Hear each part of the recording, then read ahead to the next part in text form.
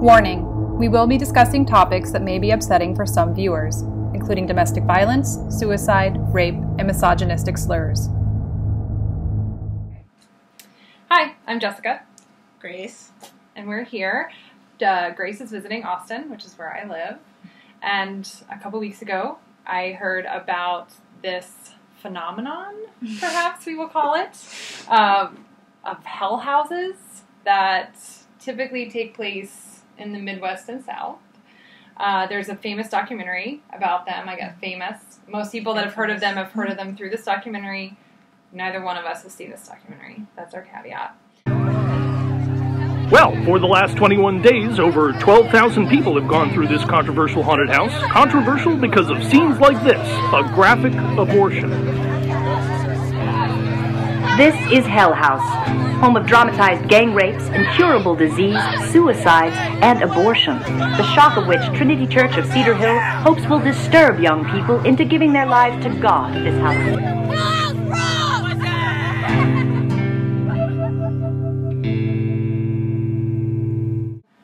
What is a hell house? It is a haunted house put on by an evangelical and or fundamental Christian church. Mm-hmm. Is that Fundamentalist, yeah. Fundamentalist Christian church. And so they're scary in that their themes are built around things that fundamentalist Christians or evangelical Christians would think are scary. And so we're going to explain what that means, I think, more in detail when we talk about our actual experience. So I guess we could start talking about where we went for the Hell House. Bethel Church, we went to Temple, Texas. Right, which is about 1 hour north of Austin. It's a city of 70,000, so it's much smaller than Austin would be. Yeah, and the church that put the Hell House on is an Assemblies of God. Assemblies of God is a Pentecostal denomination. And this particular church seems to be... There's a lot of overlap between Pentecostal churches and charismatic churches. What does that mean? Because that's not something that I'm necessarily that familiar with. So, the way that the media tends to talk about evangelical and fundamentalist Christians tends to lump them together a lot, whether it's based on politics or culture. But there are actually a lot of differences and pretty... hairy infighting between different groups of evangelicals and fundamentalists. One of the divides is over what Christians call the gifts of the Holy Spirit. So in the New Testament, after Jesus dies and rises from the dead and ascends into heaven, there's this story in Acts where the Holy Spirit supposedly descends on the disciples, and they start speaking in all sorts of languages that they don't know and preaching the gospel to... So this is the idea of tongues? Yes, this is where the idea of speaking in tongues comes from. I did not know that. Yes. Okay. So speaking in tongues is one of the gifts of the Holy Spirit. Translating tongues is one of the gifts of the Holy Spirit, although it's not one that you really hear about much anymore, because speaking in tongues has become more speaking in a spiritual language than speaking in languages that other people actually understand. Okay. Translating tongues is a gift of the Holy Spirit. Healing the sick. So there are people who believe that they can translate when other people are speaking in tongues. Yes. Okay. And so would that be normal in a church to have someone who can translate? Or is that like a rare gift that someone would have? It's hard for me to say. Okay. In the churches that I've been a part of, in the Pentecostal church that I was a part of, it was everybody spoke in tongues. It was very rare to see somebody say, this is what that person said in tongues. That was much rarer. And I think that's probably generally the case. There's this divide between people who think that the gifts of the Holy Spirit still exist and are accessible for Christians, and people who believe that the gifts of the Holy Spirit were unique to the people who were disciples of Jesus or apostles, in the early Christian church. So those would be non-charismatic. Yeah, they're non-charismatic, non-Pentecostal. Okay. So Pentecostals and charismatics, to varying and overlapping degrees, believe that the gifts of the Holy Spirit are still available to Christians. So where does the Bethel Church and Temple sort of fit into this entire thing? Like, where would they fall? Right, so they would be, just from looking at their website, like I said, Assemblies of God, which is the denomination they're part of, is a Pentecostal denomination. looking at their statement of faith, and if you go to the websites for churches like this, they always have a what we believe page that lays out like what's important to them, that they think people need to know if they're gonna visit the church or learn about the church. And on their website, they say that they believe that speaking in tongues is the sign of baptism in the Holy Spirit, and this is. I won't get into that, but there's like physical baptism and there's baptism in the Holy Spirit. And for them, speaking in tongues is like the sign of that. Okay, so at Bethel Church and Temple, there would be people speaking in tongues. Yes. Okay. And they also said that they believe divine healing of the sick is something that Christians have the privilege of. If you're a true Christian, you've truly accepted Christ, you potentially have the ability to heal the sick or receive healing yourself. So that would put them... I feel like that we see those sorts of scenes in movies when there are people who heal, miraculously heal. Yeah. Okay, so it's that kind of thing. Okay. Yeah. They might call it like laying on of hands. That's yes. Okay, laying on of hands. Yeah. Yes. So that would put them on the pretty charismatic end of things. Probably. When we were looking at research on hell houses, it said something on the Wikipedia page that the very first hell house was an Assembly of God in Texas. So they're this particular one, though we don't really know the history, we know it's 10 years old, the one in Temple. It's certainly following in. Right. Very much in line with, and I think it was the hell house, the first one was like in the late 70s. Yeah, I think they're on like the 22nd or the 23rd one. Yeah. Yeah. Which is pretty impressive. Yeah. Yeah, definitely the one that the documentary is about. We saw is like 22nd, 23rd. Yeah.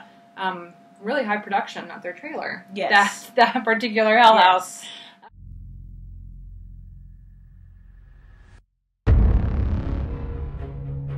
I don't know if I deserve this or not. I don't know if it caught me or if I caught it. This darkness. But I do know that I can't keep on. That it will kill me.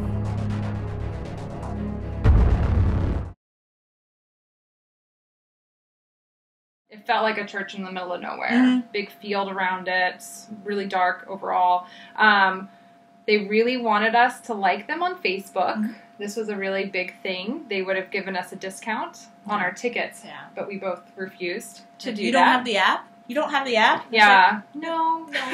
Which, of course, if you know us at all, on my phone. We definitely have the app. What app? We paid the extra money so that they would not have our names and likenesses. The first thing that happens is a truck drives up, and it has basically a hayride kind of trailer on the back of it. Yeah.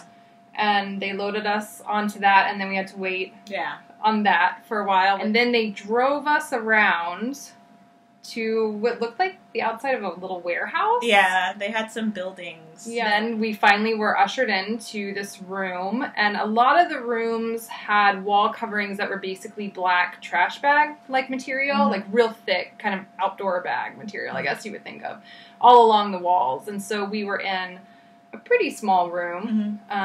It felt tight. And there was a door behind us with like the sign that said no on it, and like horror movie like scribbly. Yeah. And then they showed us a video. Yeah. Do you want to explain the video? Yeah, the only thing I can really say about it is that it was obviously Blair Witch inspired. I couldn't even tell what was happening. Lots in the of movie. heavy breathing. You're looking at first perspective. First perspective and shaky camera work.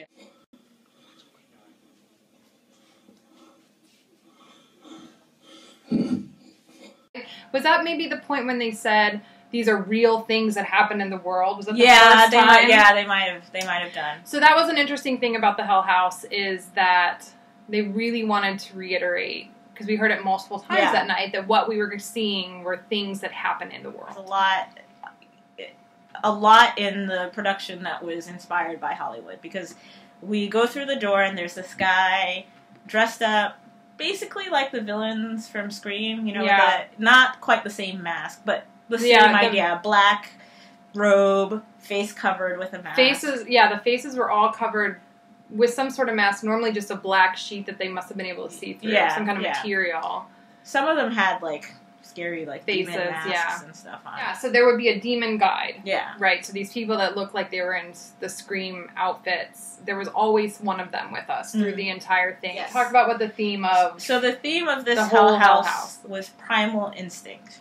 And again, this is one of those things where, like, if you're in this culture, like, you get what they're going for, even if they don't necessarily explicitly say it. Primal instinct is basically a code word for talking everything that they associate with the implications of evolutionary theory, the idea that humans are evolved from other animals. For creationist Christians, creationist evangelicals, it's not just like an issue of a different scientific or intellectual difference over origins. It's a philosophical issue. They tie belief in evolution to a moral and philosophical outlook that you can do whatever you want. Like, so if you believe in evolution, right, then you are believing in this idea that you're a hedonist. You believe in indulgence. Okay. If it makes you happy, if it feels good, do it. What we found out pretty quickly is that the entire Hell House is structured around one story about a particular girl, and we'll talk about that in a bit. So the very first scene is a high school cafeteria, and in that room, the demon guide, before they started, said something about this is what it would look like if we all were doing our primal, if everything was based on primal instinct. Right. This is how the world would look. And the other interesting thing about that was that it was set in a high school cafeteria, and the counter where the kids were getting their food from, the name of the cafeteria was Ape Cafe. Yeah. Which again is this like dog whistling about evolution, and this is what happens when you don't believe that people are created, specially created by God to follow like God's laws. You believe they're just a random like product of evolutionary processes and therefore have no like moral obligations to God or to each other. Okay. That is the subtext. Interesting. What we got in this first room were there were two circular tables the way you would see in a cafeteria in a high school. There were 3 boys at one table, 3 girls at the other. It started with the girls. They were sort of the main girl, her name was Lindsay. She's the only one whose name I really remember because we talked about her a lot or heard about her a lot. Was sitting between her 2 girlfriends, and they were sort of egging her on about why she hadn't yet had sex with Chad? I don't remember the guy's name. Chandler. And she's going to do it. Don't worry. Yeah. She wants it to be special. It's going to be special. That kind of... But you better do it. And there was a lot of fat shaming. Tons of fat shaming. Yes. If you eat Pop-Tarts, then you'll look like a Pop-Tart, and who wants to have sex with a Pop-Tart? Do people say, do high schoolers say I don't even know. And then the lights on that table turned off, and then they spotlighted the boys' table, and we got, I think maybe the only actual gay reference in the entire thing, which they were talking about some other person they knew, and they said, oh, he's gay, and then the one guy said, no, he's just awkward. He's and then not gay. He's just awkward. And then the other guy said, no, he's gay because he kissed me once. Yeah. And then they sort of moved on. Yeah. And so then the one Chandler, I guess, was talking about how he was going to have sex with Lindsay. The word bang was used. Bang. And then some guy sat down next to Lindsay, and he put his arm around her, and he was chatting her up. And then, boom, Chandler sees it, he comes over, and he threw him against the wall. Yeah. That was sort of the first that was the first real moment for me. Because at that point, we were all like, it's kind of cheesy. Kind of cheesy, but, like, he threw him into that wall. You could shook. It shook the wall. And so they fought, and Chandler was like, this isn't over. And why are you talking to my girl? Yeah. And it ended, and they went outside with the, like, threat of, like, I'm going to pick this up later. Oh, and they were talking about this party that they were going to have at the lake. Oh, yeah, the lake party. Yes. So then... there were like 8 rooms. We've just done 1. Yeah, and this is the easy stuff. And so then we get into the hay thing again. Yeah. And the demon gets on with us. We're just driving through a big field, and we go out to a scene of a tent. And there's fire. And there's a fire, and there's these two kids sitting in, the outdoor chairs. Yeah, fold-up chairs. Drinking. This is important. Yeah, this is the first sort. And they had talked about drinking in the high school scene and how everyone gets drunk and da-da-da. And so the two kids, when they were talking in this outdoor scene, there was a lot of when you drink, you just do whatever. Yeah. And then... then the boys drive up. In this big old truck. Yeah. Bright lights. Yeah. There were people in the tent that came out of the tent. Some boys come out of the tent.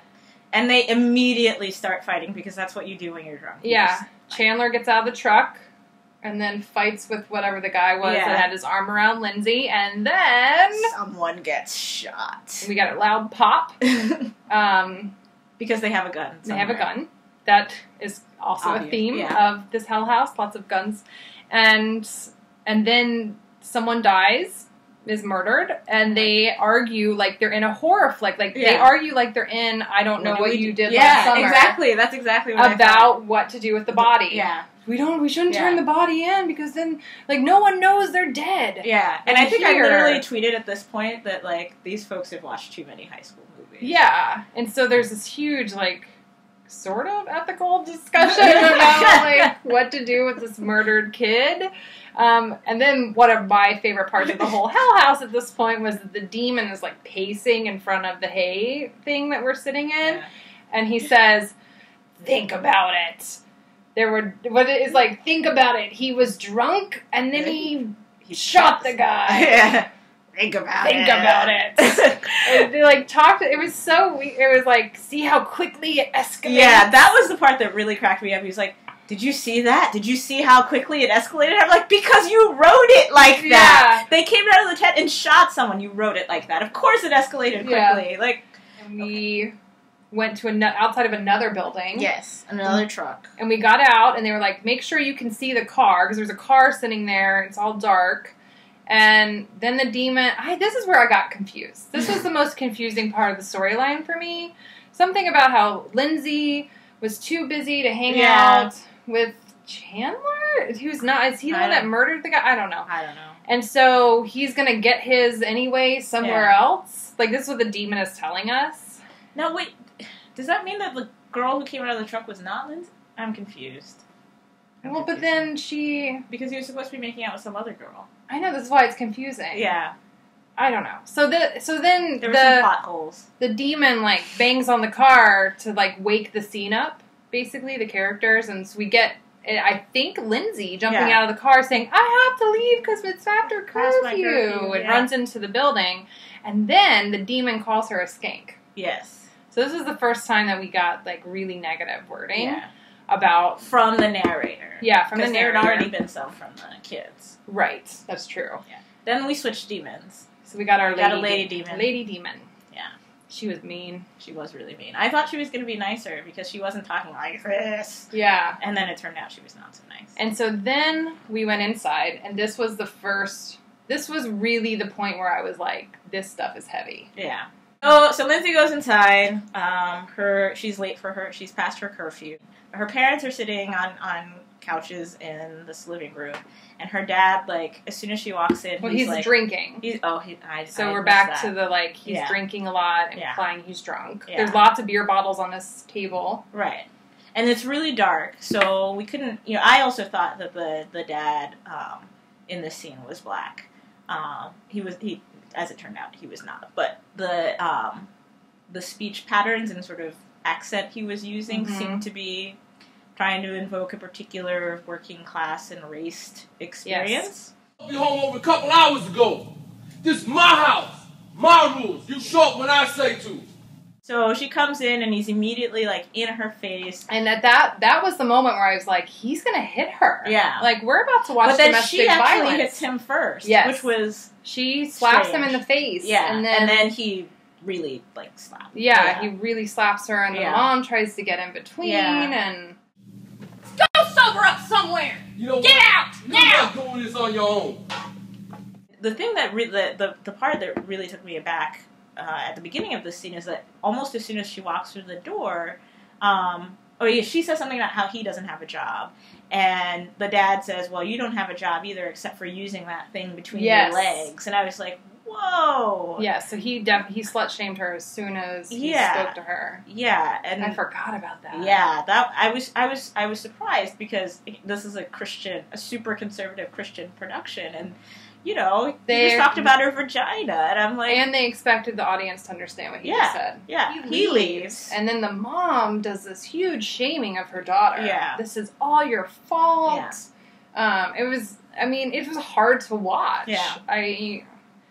And I don't know, the daughter storms off. Yeah. And then the mom goes to drink, and the demon is sort of...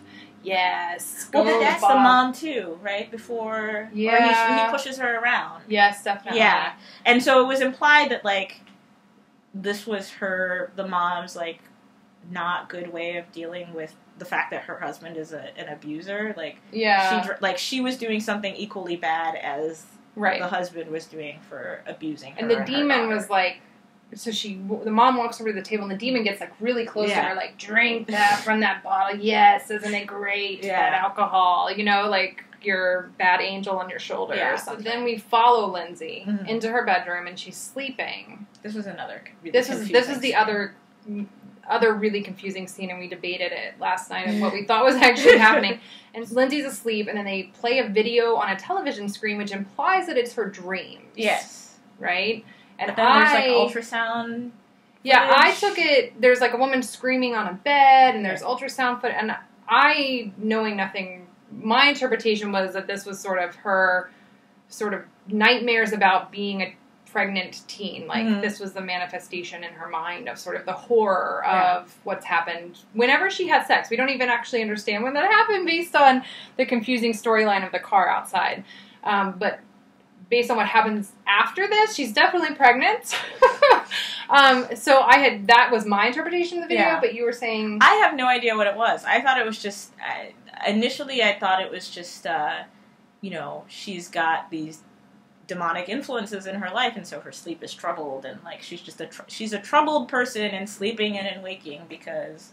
There's all this bad stuff around her. I thought I was very confused. And Lindsay, the actress, screams her face off at the end. It was terrifying. It was terrifying. She was really good. Yeah, Lindsay. She was. Oh, Lindsay and her screaming. And, because this is not the end of her screaming. No.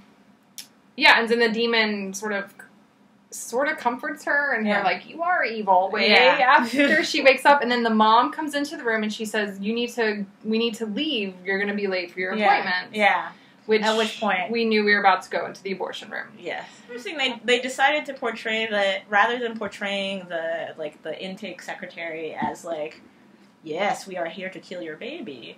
It was more I don't really know. Yeah. Where did I put this thing? Where did I put? She was more la la la la la. We have new people, and we don't know where we put any of the clipboards. It was more she just was kind of carefree. And incompetent. So the abortion scene was the front end of a clinic, or the front of a clinic where you would go in and there'd be the bench or the counter where you talk to the nurses, and then the waiting room. And there's a big sign that says clinic. Besides, you don't want to be a single mom at graduation, do you? And Chandler? What time's your appointment? I'm sorry. 9 o'clock. You won't even have a chance with him. Okay, I got you checked in. It's the only choice. The only right choice.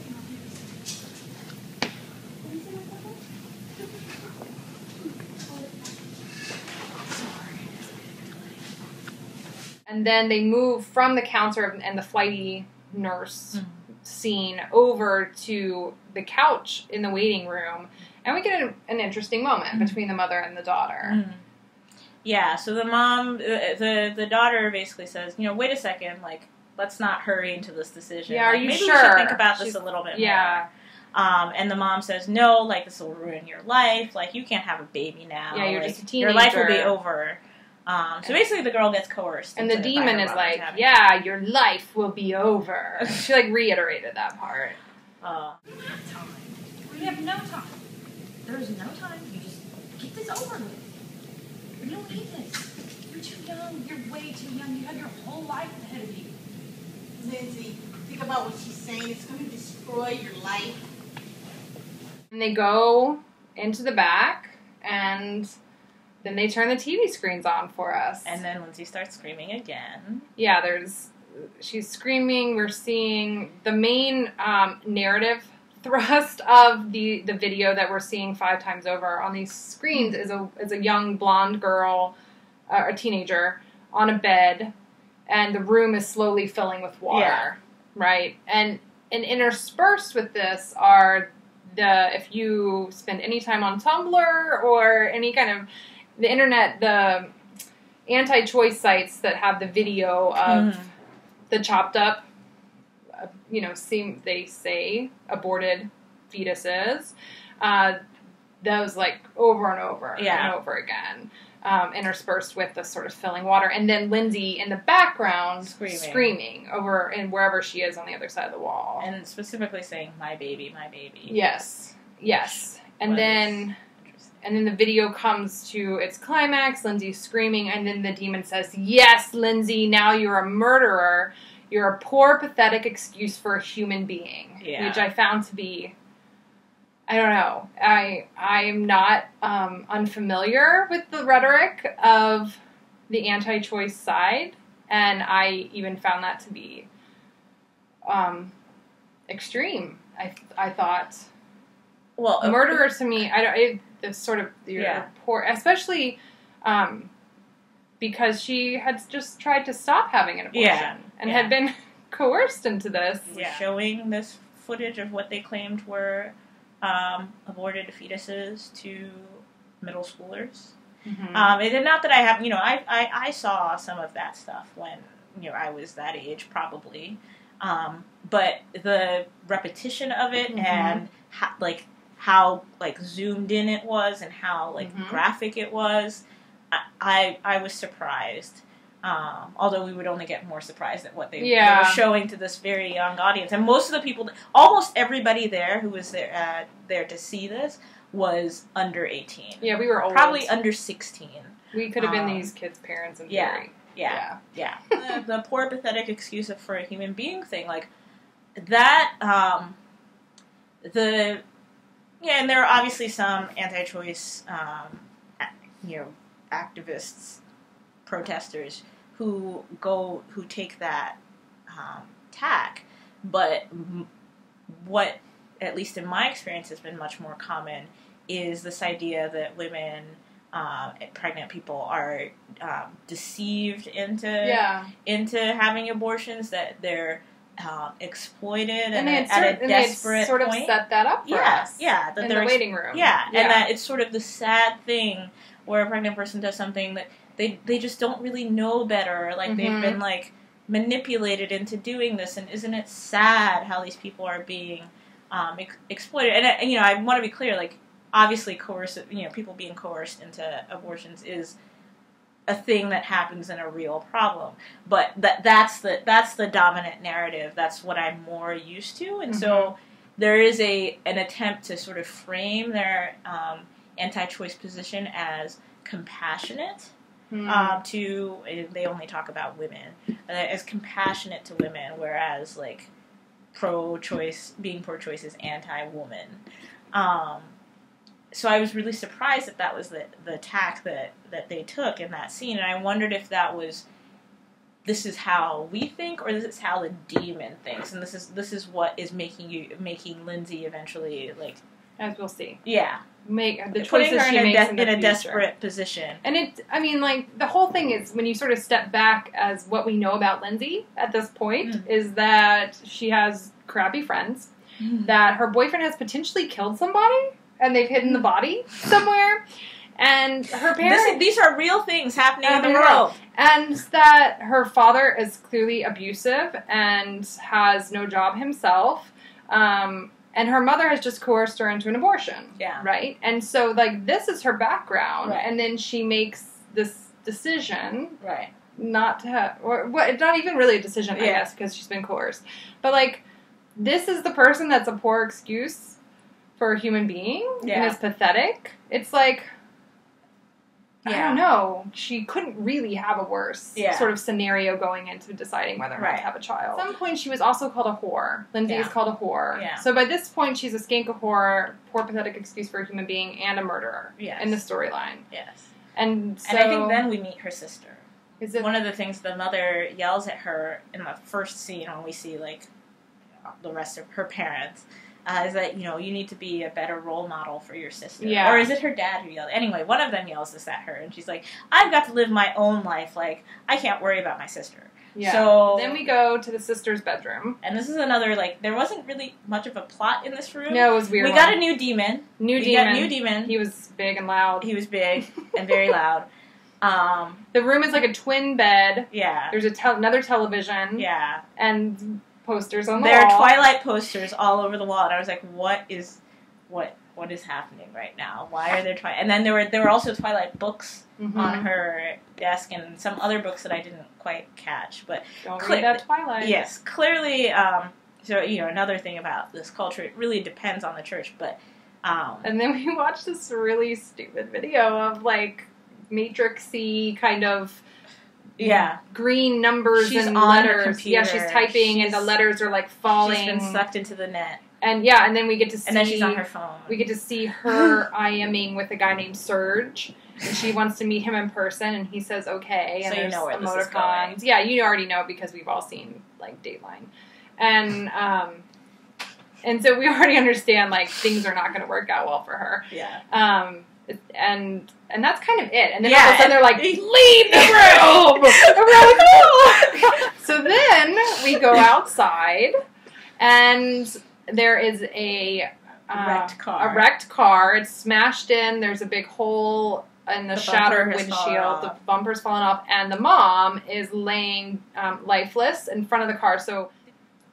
And I think they bang on the car again. And yeah, so it's another wake up. So the demon tells us that this is what has happened, and Lindsay's in the car, and then she does the thing where she bangs on the car to sort of wake Lindsay up, wake up the actress, and then I don't even know. And so Lindsay is distraught, as you would be if you saw your mother dead on the asphalt.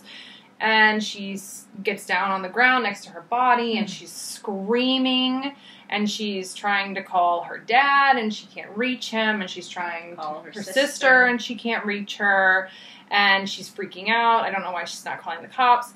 But this Lindsay girl is, she's good. Yeah. She was a pretty good actress. Distressing.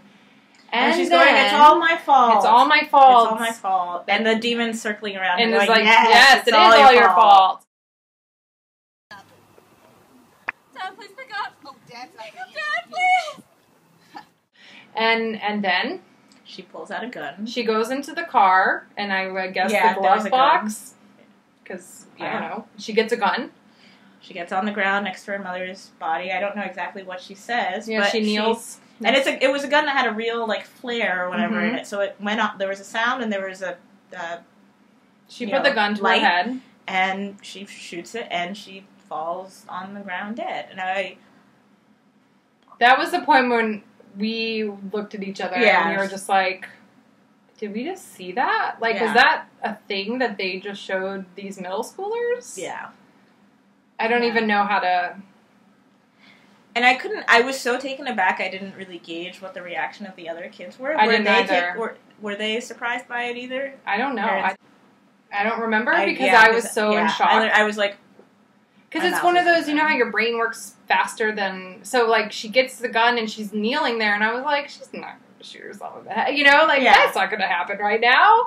And then she did. And then, so I was just sort of in my own head in that moment. Yeah, me too. And then they're like, and moving on. Yeah. And it doesn't get any better. Yeah. And in that moment, I was taken aback, and I was also like, I can't believe they just showed this to these 13-year-olds. Yeah. You know, that's really, really irresponsible. And so then we stayed outside, and we walked around to this other place, and it turns out that we're looking at a scene of this is Serge's living room, and he's on his computer. Of course. And typing, and then... He's got a Star Trek poster on the wall. Yeah, he has the recent movie. And then the sister, whose name I can't remember, shows up. So we're basically what's happening at this point is we're finding out why Lindsay can't reach her sister when she's calling her. Yeah. And so the sister comes into the room, and she and Serge are talking. Yeah, Serge is all tattooed up. Mm-hmm. He might have been the only one we saw that I remember that was really tattooed up. And she walks in, he's like, oh, you're so beautiful. Thanks, Serge. Yeah, and then he wants her to change into some dress. Yeah, he has a white dress, he gets a black rose, and he puts a camera around his neck, and she comes back in the dress, and he thinks she's so pretty, and can you go look at these photos I printed that I've taken? So apparently Serge has taken a lot of pictures of young women in the past, and so she's looking at them. Inappropriate was the implication. Yeah. And she freaks out. Yeah, she's like, I've got to go. He's like, no. And then he, yells, no, you can't leave me. You can never leave me. You can never leave me. He grabs her. And at this point, I thought we were about to see a rape scene. It could have been. Yeah. But it wasn't. He straddles her on the couch and chokes her to death. Mm-hmm. Shut up. I'm positive. No, leave me! And there were 3 girls in our group who were clearly not. So most of the kids in our group seemed to know the people in the church, if not were members of the church themselves. And there were 3 girls we found out later just came because they were curious. I think they were probably high schoolers, and they did not like this scene. They were very upset. Like hands in front of the face, turned away from the scene. So and I was like. Yeah, I was really nervous that we were about to see like a rape scene, because at that point we had just seen Lindsay shoot herself in the head, so I was like, we will see anything. And he then implies that she's so beautiful dead. Yeah, like even more beautiful, and he's gonna take pictures and possibly rape her at that point. So then at that point, the demon is saying stuff like, "What's your username? And what are you writing on the internet? And who are you meeting?" Which is funny because Grace and I met on the internet. And I have yet to kill her. Then we went inside, and it got worse. Yes. And so we come into another room that's sort of covered in black plastic bag material, and we see the dad, who we have not seen for several scenes at this point. Since the domestic violence scene. Gone. Yeah. But no, he's back. He's very excited because he just got a job. Yes. And then he gets a phone call, or maybe several phone calls, because at this point, all the members of his family, all 3 of them, are dead. He gets a phone call, he's like, what do you mean they're dead? Is this some kind of sick joke? And he's upset, obviously. He's angry, and he hangs up, and he's like, God, this is your fault. You said if I got my life together, my family would be okay. And then he, out of nowhere, pulls a noose, really thick rope. Yeah, in the shape of a noose, and he goes to put his head through it, and I have to say, honestly, I don't remember a lot of this, because at that point, I don't even know what I was looking at. Yeah. I was just so, my mental I was really grateful capacity. that they pulled the curtain over. So then they pull a white curtain, and then it's like the actor got in some sort of harness, and they made a noise, so you understood that in theory, the character had pushed the chair out from under his feet, and we see him swinging behind the white curtain. And at this point, for me, I have a harder time. There was a lot of messaging that happened after this point. A lot of, God is great, Lindsay is the devil. Like, just a lot of talking, and I personally don't remember a ton of it, because I at this point was sort of emotionally exhausted by the entire thing. Yeah, so after that scene, then we get herded in front of a big screen with a very strange video playing on it. It's like intercut scenes of like women in sexy positions with lots of makeup on, and some guy with headphones on and driving, and intercut with scenes from the movies Jesus of Nazareth and King of Kings, which is another movie about Jesus. It was a lot of scenes of the Jesus going through the city to the crucifixion, with the crown of thorns on, the blood. Yeah. White Jesus. Yeah, it was really white. Probably goes without saying. That's a whole other... King of Kings, is very Aryan Jesus. Very Aryan Jesus. In any event, these scenes are intercut with, this random stuff. And then you see, it starts, sort of coalesces into a story where there's a woman driving on a highway. And she swerves to avoid a truck in front of her, and her car spins around, and she gets hit by a Mack truck. And then we get herded into these rooms. Then the movie's over. We got herded into these rooms with the doors shaped like coffins. And at this point, we got separated from Aaron. The third party. Yes. Yeah. And there are more demons. We're in this and tiny, they're yelling at us. We're in this tiny little space. Yeah, I was like giving him the stink eye. Because at this point, I was like, I've seen so much. Yeah, I need it to be done. Yeah. And then there was a voiceover. Yeah. It was basically like, do you know where you're going to go when you die? Are you going to be tormented in hell forever? Or are you going to have, and this made me crack up, are you going to have a peaceful experience in heaven with a loving God? And I'm like, did you just see all the shit? Yeah. That we just had to, like, I mean, anything would seem peaceful in comparison to that. Like, you actually haven't shown what heaven will be like. Yes. You know, like... That's a really good point. They opened the door and they're like, go! And I was the first one, so I had to go first, and I couldn't really see. It was really dark. It was super dark. We had to walk through this really narrow maze. Like, you couldn't tell exactly where you were going until you sort of got to the turn. And there were, like, strategically placed demons. And they would get outfits. really Some of them close kids. to you. Yeah. And they'd get, like this. Really close. And, like, brush up against you. So much for not touching you. Yes. This was the, like, first sign of the much for not touching you. So we, like, whined through this thing, and we are in hell. Yes. And this room was... Big 2-story room. Big room, and probably half demons. Like, there were a lot of them just, like, wandering around. Oh, there were at least as many of them as there were of us. Yes. At least. Yes. And the devil is and up again, on many this of them were podium. Kids. Many of them were kids. And the devil is up on this giant podium at the top, like typical devil. Yeah. The horns and the face and the pitchfork, I think, even. Yeah. And below him are 2 people in a cage. There's a black light on them. I didn't even see that. They're screaming the whole time.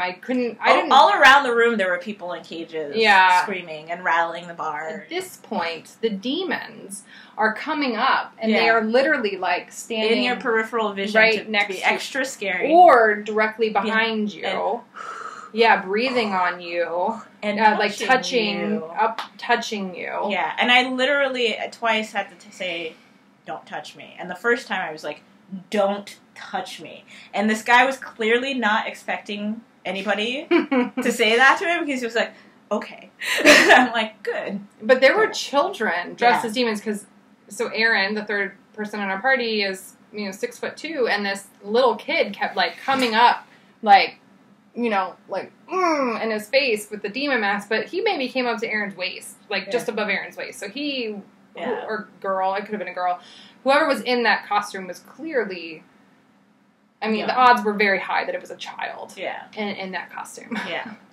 And all sorts of screams and all fog machine. Yes. And a fog machine that was literally filling the room where you couldn't really see, and it was actually... By the end, you could only really see the person, like, directly in front of you. Or the demon to the side of you. Yeah.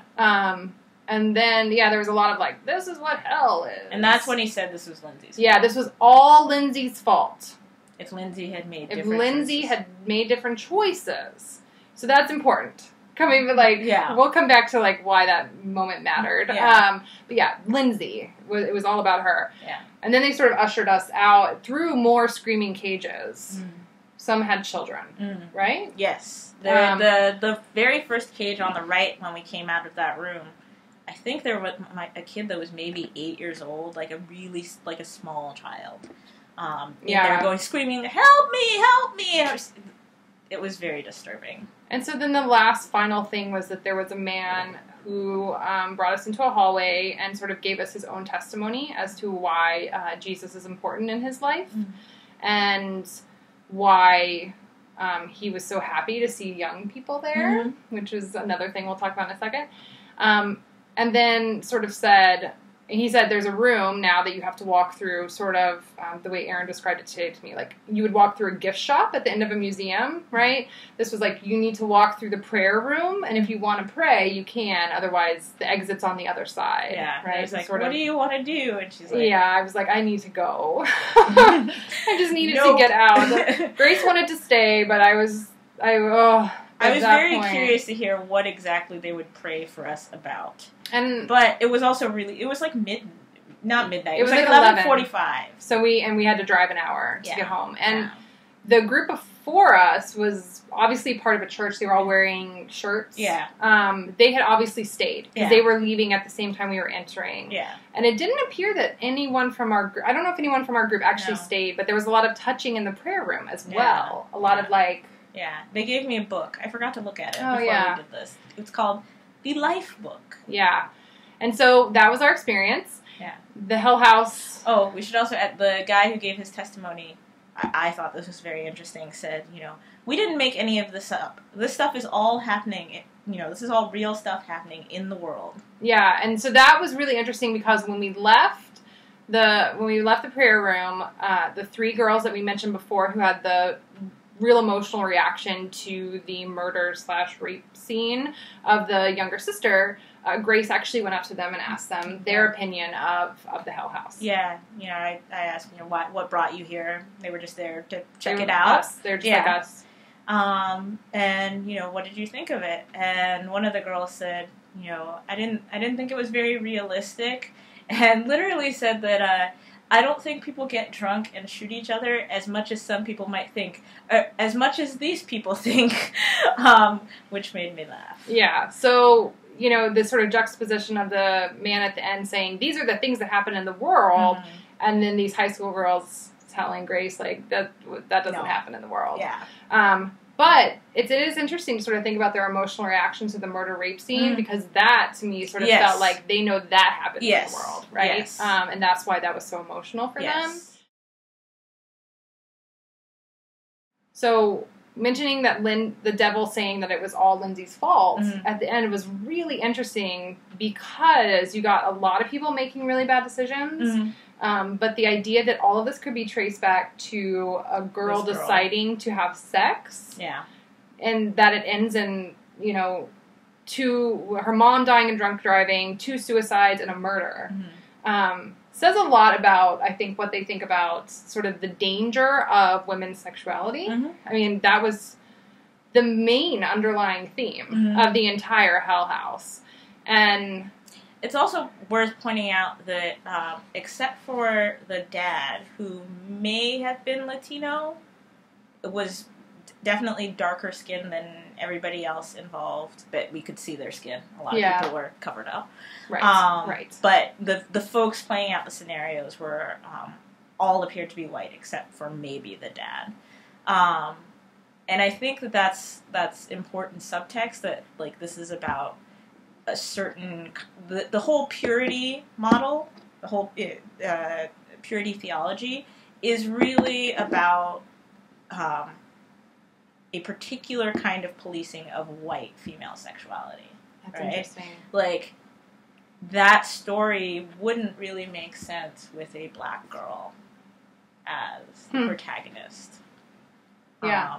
Because the stereotypes that exist, including in the church, in the evangelical church, around the sexuality of black teenage girls, is that, of course, this is what they're going to do. Like, the idea that she could have chosen to be better, like, that story would not actually make sense. Interesting. Or even with a Latina girl as the linchpin of the story. And it was interesting because the church group in front of us did appear to be Latino. I mean, and then there was a church group behind us that was a all black kids. I really wished we had gone. Yeah. I would have been very interested to see their reaction to them and see why they were there, because this was clearly like not a church with not much of a black membership. Right. So certainly the audience was not white. Like, we were definitely in a diverse audience. Right. But the videos, like, everything felt very white. Yes. But yeah, there were a lot of people we couldn't actually see, so we will point out that they were in costume. We don't know. Complete costume. Yes.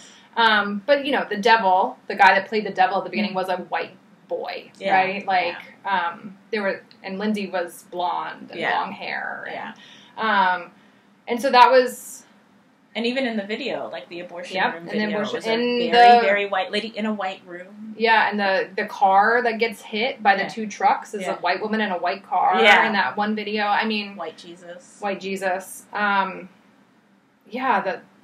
but this whole, like, Lindsay's fault was just, like, even in the abortion room, you know, when they're saying these terrible things about her, and I was just thinking, like, we're in this with these girls, right? That they're, we're in this room with a bunch of girls, and, like, some of them are going to make these choices. Yeah. Because this is the world we live in. And, I was sad. Yeah. I don't really know how else to explain how I felt.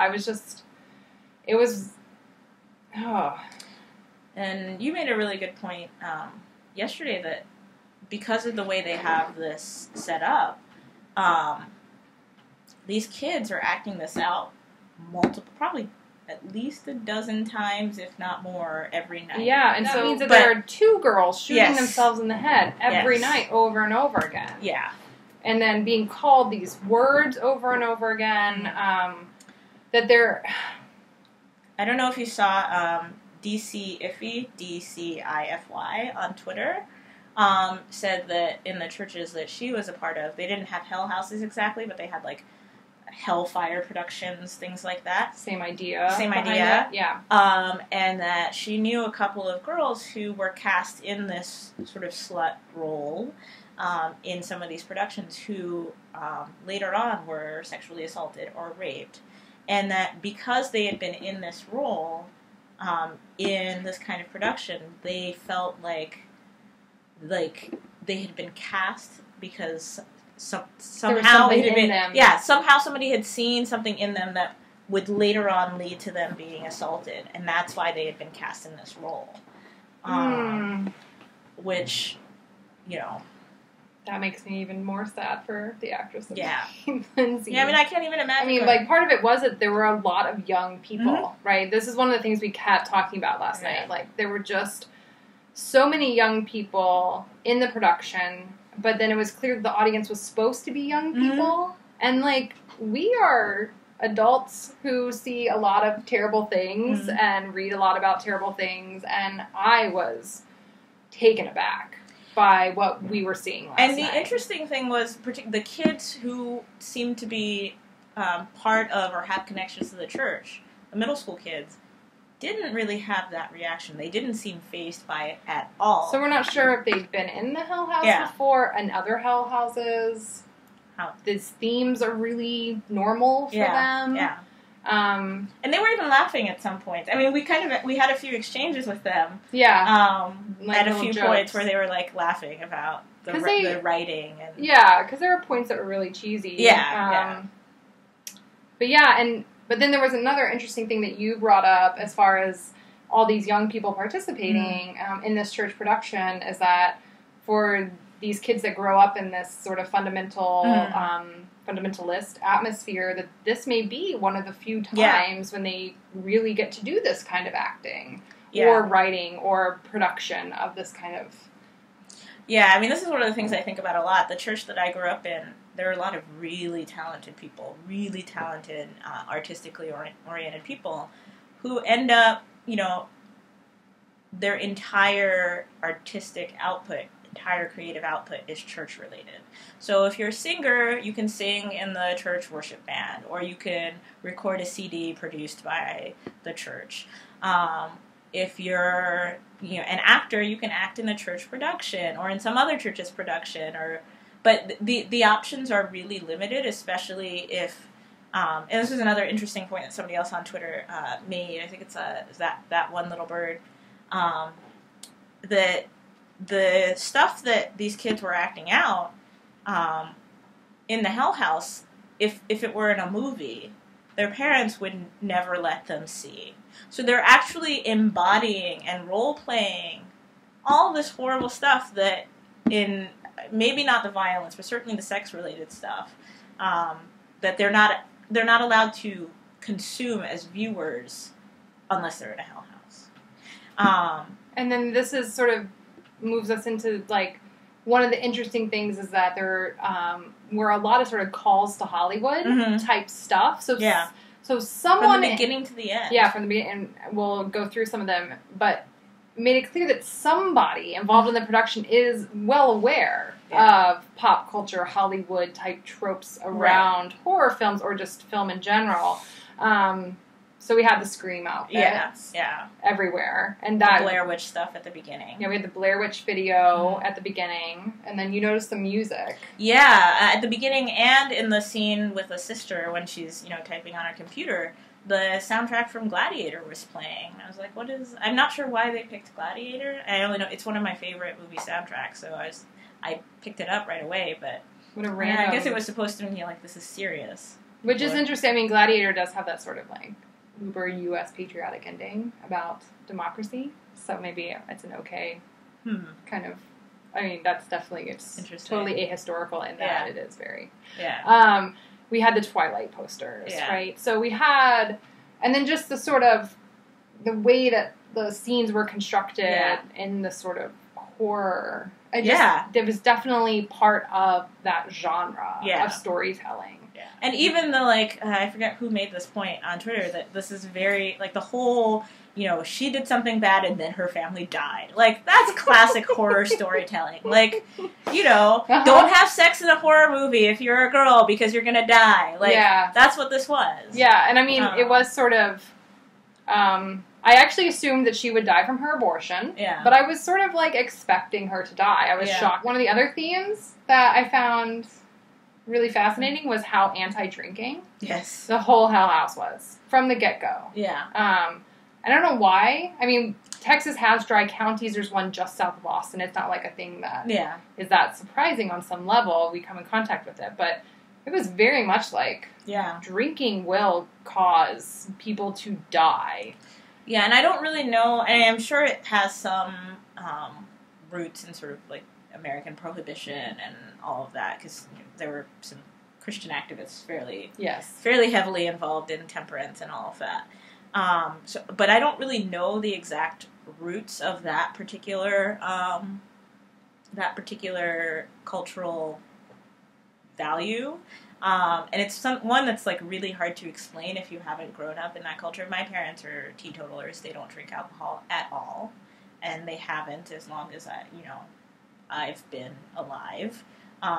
And that's not because they don't know people who drink. It's just something. My family's Nigerian. A lot of Nigerian Christians in the Pentecostal or evangelical space don't drink, and the Pentecostal church that we were part of before we moved to and joined this more evangelical church that my parents are still a part of now. Nobody drank or was public about drinking in that church either.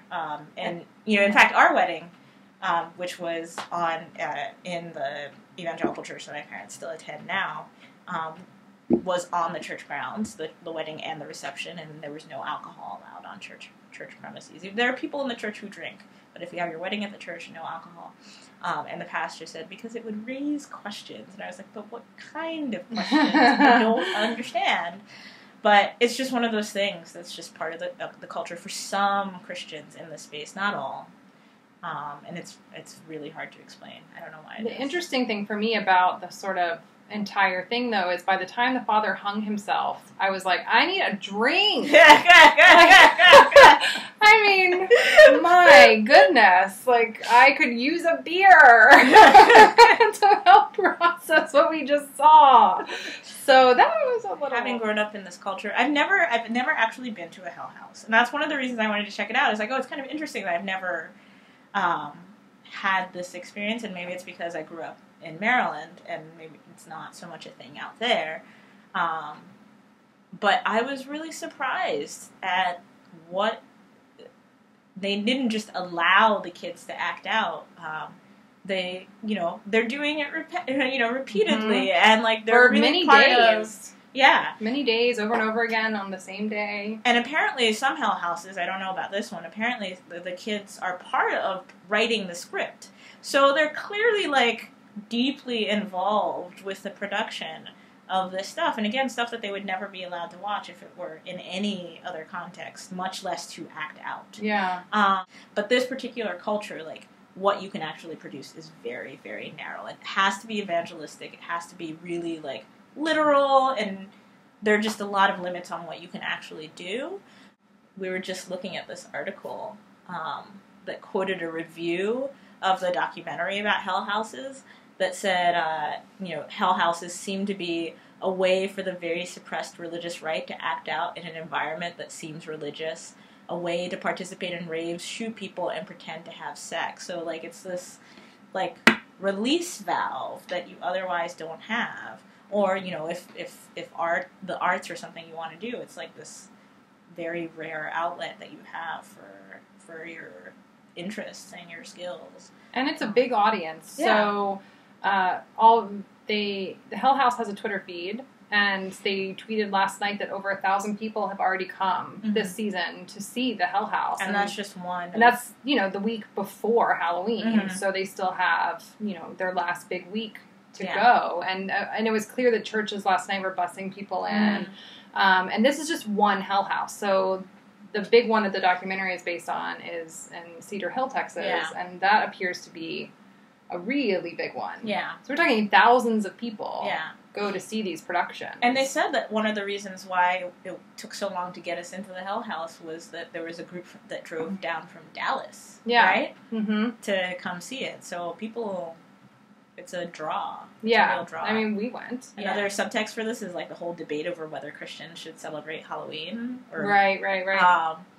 Like, the churches that I grew up in, nobody did Halloween. In fact, the Pentecostal church that we were part of for a few years, every Halloween they would hand out these orange and black tracts about, like, what are the real origins of Halloween? And it's like, the Druids would make drums out of the skins of people, and if you didn't give them, like, food, they would curse your house. That's probably not true. I have not researched it. I'm highly doubtful that those are the origins of Sam Hain or whatever. They talked about Sam Hain. But, yeah, we would get that tract every year. We never celebrated Halloween. I never dressed up for Halloween until I was in college. And instead, the churches that I was part of would have a harvest party. And if people dressed up, they would dress up as Bible characters, usually, or, like, animals or something. And there'd be, like, face painting and... It'd be fun. And wholesome fun. You said that sounds like a better way to deal with it. Yeah. So what's interesting is when we went to the website for the Bethel Church, and they have this thing, I'm looking at it on this screen, called Light the Night. And this is how they describe it, quote, non-scary fun for the whole family. And that takes place on Halloween itself. Yeah. They have two different churches, apparently. So, they understand very much that, I don't know if they consider the Hell House scary fun, but they definitely understand these two different ways of approaching this particular holiday. For the whole family part, I find so interesting because, like, but you're letting your children be part of this very scary, not fun, or possibly fun. I mean, it's probably fun in some ways for them. Yeah. But, like, there's this cognitive dissonance, like, you can bring your child to this wholesome thing that's, like, family-friendly. Yeah, it's like, what You can bring your child to the fucking Hell House. Like, should I not have said that? No, that's fine.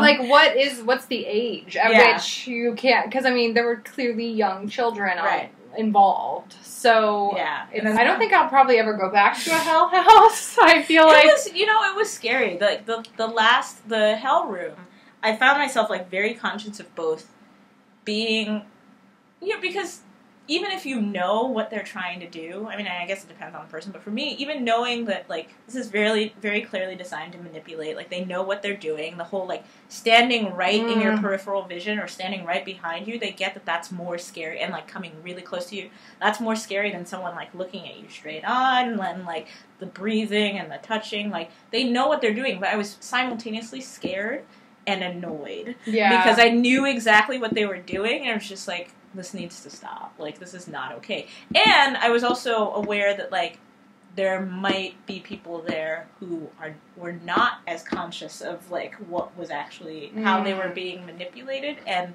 were just scared. Yeah. Maybe not in our group, but maybe in other groups.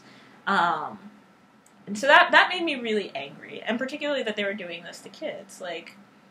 And it was just really telling that final guy that spoke to us was like, I'm glad there are children here. Yeah. You guys that are in middle school are here seeing this. That's who we're doing this for. Right. Ooh. Yeah. And it one of the very first movies that I remember seeing are The Burning Hell, which is well, it's about what it sounds like it's about, and A Thief in the Night, which is about the tribulation. Some Christians believe that all the true Christians will be raptured before about 7 years before Jesus comes, and then there'll be a period of tribulation where you have to either to get food and goods and all of that, you'll have to get the mark of the beast and worship the Antichrist, or be persecuted. And if you get killed during the tribulation, you get to go to heaven. So that's what this whole series of movies is about. And I was telling Jess that that particular movie, there are scenes of executions using guillotines. I saw these when I was 5. I had nightmares about the burning hell, which is it's got devils with painted faces and people being tortured and all of that. And this is, in my opinion, and I know, I understand why my parents took me to things like this and why they thought it was important, but it's child abuse. It's emotional abuse, it's spiritual abuse, it terrifies kids, and the point is to terrify kids. And being in that room just sort of put me in that space again, and it was infuriating, and it literally, and I think I tweeted this, it literally should be against the law to manipulate kids like this and expose them to these kinds of images in this way. It's not right. It's emotional abuse, and I don't know. It was interesting because it does have a PG-13 warning, right? That they label the website PG-13. Yeah, and under a certain age, you can't get in without your parents. Yeah, but, you can obviously still get in. And I was like, this is PG-13? I mean, it wasn't bloody when she committed suicide, but, we watched her. Yeah. Yeah, I don't know. It was a lot. Yeah. It was, I'm glad that I went and understand it. I was saying to Aaron, our third party, that I was glad he went so I didn't have to explain it to him, and he said he probably wouldn't have believed me. So it's, it did feel surreal, I think was the word Aaron used. Yeah, we kept talking. It was very surreal. And then I'll just note that after we were leaving, Aaron said this very funny thing about how the storyline of the sister who gets murdered is all about don't meet people on the internet. Don't be on the internet. Be careful what you're doing there. Literally juxtaposed to them asking us multiple times over to like them on Facebook. Yeah. So it was just a really strange kind of, what is your message here? Yeah. She's reluctant to have an abortion, but then she's a poor, pathetic excuse for a human being. Don't be on the internet, but like us on Facebook. Yeah. It's all her fault, as if but then the dad takes responsibility and kills himself. It was, I don't even know. Cognitive dissonance is a big part of this culture in many different ways, and I think going through something like that, you can kind of see, and feel the cognitive dissonance in a way that might not be communicated. That's really interesting. In other ways. But it's a culture very full of contradictions. As, everything is. Most are. But this was just a really sad one. Yeah. It felt like angry one. Yeah. All right. Well, that was Jessica and Grace Go to the Hell House. Bless you if you actually watched all of this. Yeah. All right. Bye. Bye.